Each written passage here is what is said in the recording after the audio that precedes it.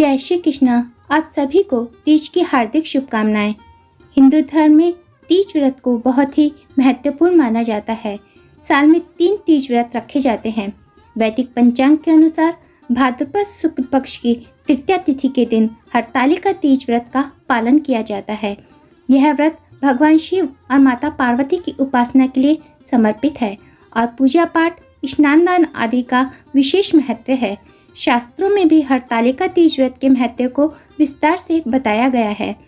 भाद्रपद मास के शुक्ल पक्ष की तृतीया तिथि 5 सितंबर दोपहर 12:20 पर शुरू हो रही है और इस तिथि का समापन 6 सितंबर दोपहर 3:05 पर होगा। हिंदू धर्म में व्रत और उपवास के लिए उदया तिथि को महत्वपूर्ण माना जाता है। ऐसे में हरतालिका तीज व्रत 6 सितंबर 2024 शुक्रवार के दिन रखा जाएगा। हरतालिका तीज पूजा के लिए सुबह का समय बहुत ही उत्तम माना जाता है। ऐसे में इस दिन शुभ मुहूर्त सुबह 6:05 से सुबह 8:35 के बीच रहेगा। पंचांग में यह भी बताया गया है कि इस दिन शुक्ल योग का निर्माण हो रहा है जो रात्रि 10:15 तक रहेगा और हस्त नक्षत्र भी बन रहा है जो सुबह 9:30 तक रहेगा। हरतालिका तीज के दिन दान पुण्य को भी महत्वपूर्ण माना जाता है। दान करने के लिए शुभ समय सुबह 11:55 से दोपहर 12:45 तक रहेगा। शास्त्रों में तीज व्रत के महत्व को विस्तार से बताया गया है। धार्मिक मान्यताओं के अनुसार हरतालिका तीज के दिन भगवान शिव व माता पार्वती की विधिवत उपासना करने से और माता पार्वती को श्रृंगार का सामान अर्पित करने से पारिवारिक और दाम्पत्य जीवन में सुख समृद्धि आती है। साथ ही सभी कष्ट दूर हो जाते हैं। इस विशेष दिन पर दान पुण्य कर्म करने से अक्षय पुण्य की प्राप्ति होती है और देवी देवताओं का आशीर्वाद प्राप्त होता है। संतान प्राप्ति के लिए भी तीज व्रत को बहुत उत्तम माना जाता है। हरतालिका तीज की पौराणिक कथा के अनुसार एक बार भगवान शिव ने पार्वती को उनके पूर्व जन्म का स्मरण कराने के उद्देश्य से इस व्रत के महाअमात्य की कथा कही थी। शिव भोले शंकर बोले, हे गौरी, पर्वतराज हिमालय पर स्थित गंगा के तट पर तुमने अपनी बाल्यावस्था में 12 वर्षों तक अधोमुखी होकर घोर तप किया था। इतनी अवधि तुमने अन्न न खाकर पेड़ों के सूखे पत्ते चबाकर व्यतीत किए। माघ की विकराल शीतलता में तुमने निरंतर जल में प्रवेश करके तप किया। वैशाख की जला देने वाली गर्मी में तुमने पंचाग्नि से शरीर को तपाया। श्रावण की मूसलाधार वर्षा में खुले आसमान के नीचे बिना अन्न जल ग्रहण किए समय व्यतीत किया।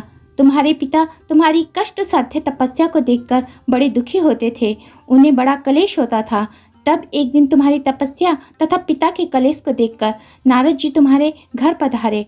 तुम्हारे पिता ने हृदय से अतिथि सत्कार करके उनके आने का कारण पूछा। तब नारद जी ने कहा, हे गिरिराज, मैं भगवान विष्णु के भेजने पर यहाँ उपस्थित हुआ हूँ। आपकी कन्या ने बड़ा कठोर तप किया है। इससे प्रसन्न होकर वे आपकी सुपुत्री से विवाह करना चाहते हैं। इस संदर्भ में मैं आपकी राय जानना चाहता हूँ।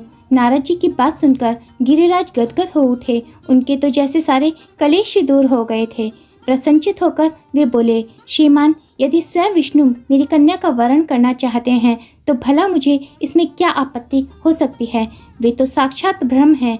हे महर्षि, यह तो हर पिता की इच्छा होती है कि उसकी पुत्री सुख संपदा से युक्त पति के घर की लक्ष्मी बने।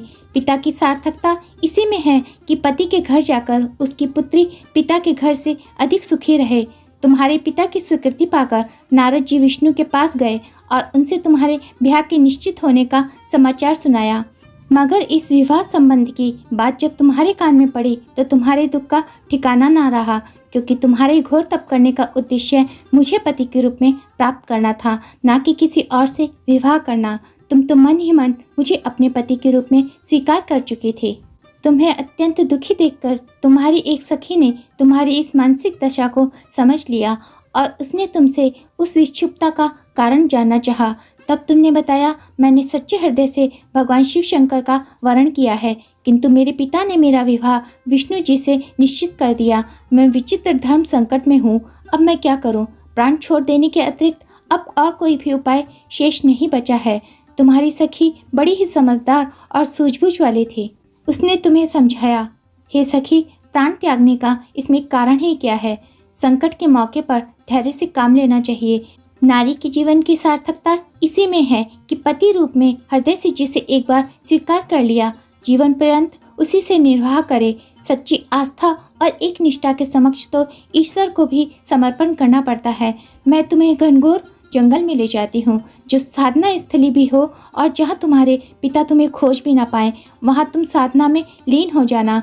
मुझे विश्वास है कि ईश्वर अवश्य ही तुम्हारी सहायता करेंगे। तुमने ऐसा ही किया। तुम्हारे पिता तुम्हें घर न पाकर बड़े दुखी तथा चिंतित हुए। वे सोचने लगे कि तुम जाने कहाँ चली गई। मैं विष्णु जी से उसका विवाह करने का प्रण कर चुका हूँ। यदि भगवान विष्णु बारात लेकर आ गए और कन्या घर पर ना हुई तो बड़ा अपमान होगा। मैं तो कहीं मुंह दिखाने के योग्य भी नहीं रहूँगा। यही सब सोचकर गिरिराज ने जोर शोर से तुम्हारी खोज शुरू करवा दी। इधर तुम्हारी खोज होती रही और उधर तुम अपनी सखी के साथ नदी के तट पर एक गुफा में मेरी आराधना में लीन थी। भाद्रपद शुक्ल तृतीया को हस्त नक्षत्र था। उस दिन तुमने रेत के शिवलिंग का निर्माण करके व्रत किया। रात भर मेरी स्तुति के गीत गाकर जागी। तुम्हारी इस कष्ट साध्य तपस्या के प्रभाव से मेरा आसन डोलने लगा। मेरी समाधि टूट गई। मैं तुरंत तुम्हारे समक्ष जा पहुंचा और तुम्हारी तपस्या से प्रसन्न होकर तुमसे वर मांगने के लिए कहा। तब अपनी तपस्या के फलस्वरूप मुझे अपने समक्ष पाकर तुमने कहा, मैं हृदय से आपको पति के रूप में वर्ण कर चुकी हूँ। यदि आप सचमुच मेरी तपस्या से प्रसन्न होकर आप यहाँ पधारे हैं तो मुझे अपनी अर्धांगिनी के रूप में स्वीकार कर लीजिए। तब मैं तथास्तु कहकर कैलाश पर्वत पर लौट आया। इधर प्रातः होते ही तुमने पूजा की समस्त सामग्री को नदी में प्रवाहित करके अपनी सहेली सहित व्रत का पालना किया। उसी समय अपने मित्र बंधु व दरबारियों सहित गिरिराज तुम्हें खोजते खोजते वहां आ पहुँचे और तुम्हारी इस कष्ट साध्य तपस्या का कारण तथा उद्देश्य पूछा।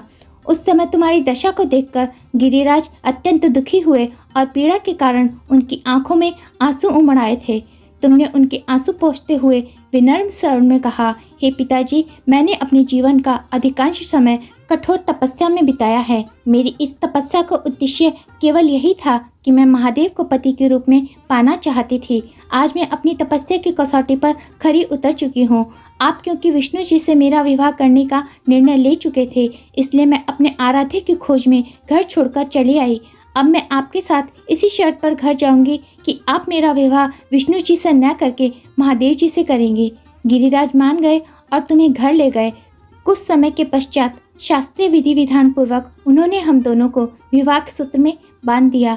हे पार्वती, भाद्रपद की शुक्ल तृतीया को तुमने मेरी आराधना करके जो व्रत किया था, उसी के फलस्वरूप मेरा तुमसे विवाह हो सका। इसका महत्व यह है कि मैं इस व्रत को करने वाली कुंवारियों को मनोवांछित फल देता हूँ। इसलिए सौभाग्य की इच्छा करने वाली प्रत्येक युवती को यह व्रत पूरी एकनिष्ठता तथा आस्था से करना चाहिए। मान्यता है कि जिस कठोर तपस्या से माता पार्वती ने भगवान शिव को पाया, उसी तरह इस व्रत को करने वाली सभी महिलाओं के सुहाग की उम्र लंबी हो और उनका वैवाहिक जीवन खुशहाल रहे। माना जाता है कि जो इस व्रत को पूरे विधि विधान और श्रद्धा पूर्वक व्रत करती है, उन्हें इच्छा अनुसार वर की प्राप्ति होती है। हरतालिका तीज पर गौरा और शिव से अखंड सुहाग की कामना करनी चाहिए और बोलना चाहिए कि भगवान हमें अजर अमर सुहाग देना। जो इस व्रत कथा को कहता है, पढ़ता है, सुनता है अथवा सुनाता है, भगवान महादेव उसकी समस्त मनोकामनाओं को पूरा करते हैं। हर हर महादेव, जय भोलेनाथ।